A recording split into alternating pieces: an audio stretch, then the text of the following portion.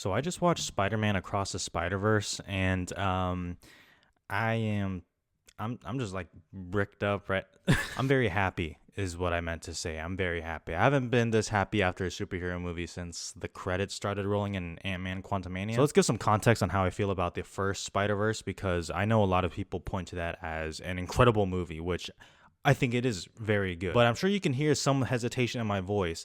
I gave it 4 stars, which I guess seems low to people. I really like that movie. However, I was not like creaming my pants over it. I was not completely blown away. I was not being like, this is the best Spider-Man movie ever. So even though I gave it 4 stars, which it isn't that common if I'm being for real, I always felt like, am I like missing something with Spider-Verse? Because yes, the animation is obviously incredible and revolutionary, but am I missing something? So while this may not shock a lot of you who, really love the first Spider-Verse, in a way, it is a bit of a shock to me. I think this movie is damn near flawless. I cannot believe how much I liked it. It is genuinely incredible. I am kind of blown away. And, this is really high praise for me. I feel like it's been a bit since I felt like this. Now let's get something very obvious out of the way. The animation is incredible. I understand that is basically like saying I am Asian. It's like kind of like, well, duh, that's kind of what you know. But oh my goodness, every frame a painting or whatever that saying is, everything is beautiful. The animation styles, and there are so many animation styles, the backgrounds, they did not need to go this hard. I really don't know what to say.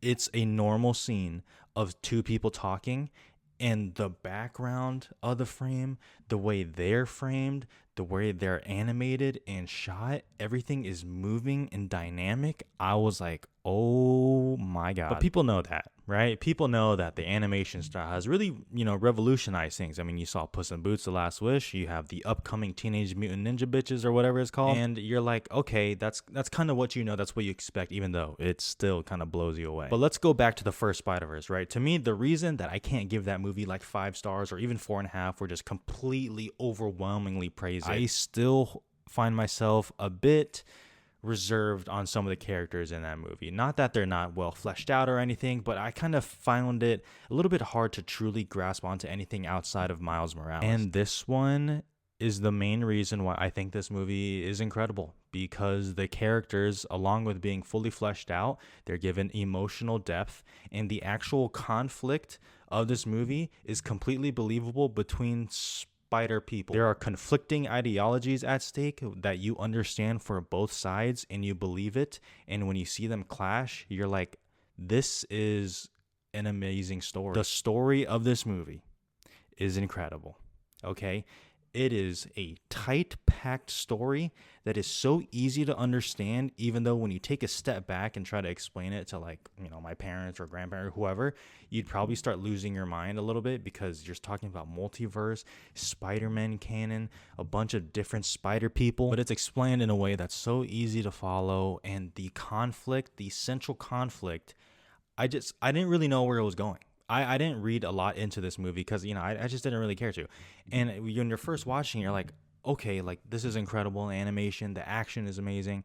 But I don't really know what the problem is. Like, is this just like Miles Morales is growing up and being a teenager, and that's the conflict with his parents? Because, we've seen that so many times before.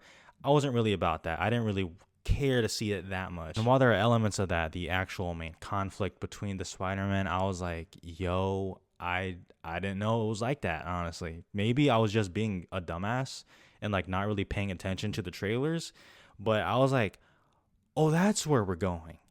That's great. And as I'm sure you can imagine, there's a lot that needs to be explained in this movie, because obviously the Spider-Verse, the first one, Into the Spider-Verse, it's already a bit complex just when you take a step back and think about it with all the multiverse stuff.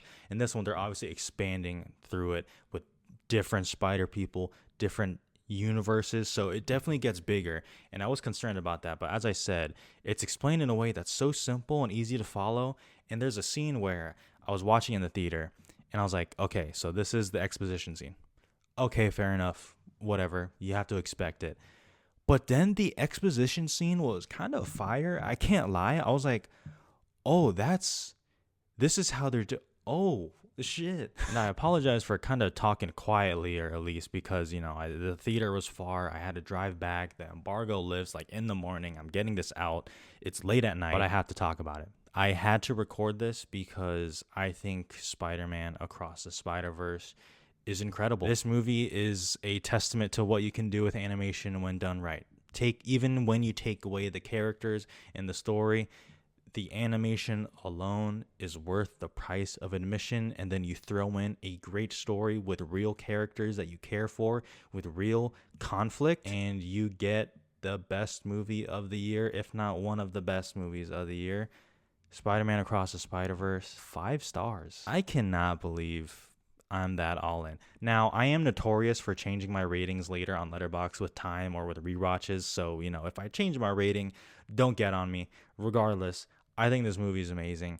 This is one of the best movies of the past couple years. Animation in this, rest in peace, the animated nominees, just in terms of the Oscars. Not that that matters. Even with some heavy hitters that are expected to come, I really can't imagine anything beating this. They really took their revolutionary style and increased it. What the fuck?